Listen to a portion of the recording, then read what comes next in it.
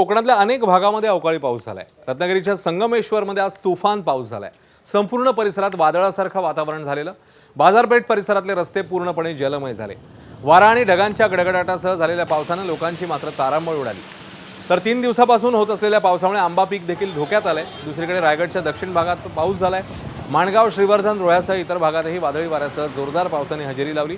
सिंधुदुर्गातल्या कुडाळ, सावंतवाडी, कणकवली तालुक्याला देखील अवकाळीने झोडपलं। विजांच्या कडकडाटासह पाऊस झाला, त्यामुळे पिकांना धोका आहे। रायगडच्या दक्षिण भागातही पुन्हा एकदा अवकाळी पावसाने जोरदार हजेरी लावल्याचं पाहायला मिळालं।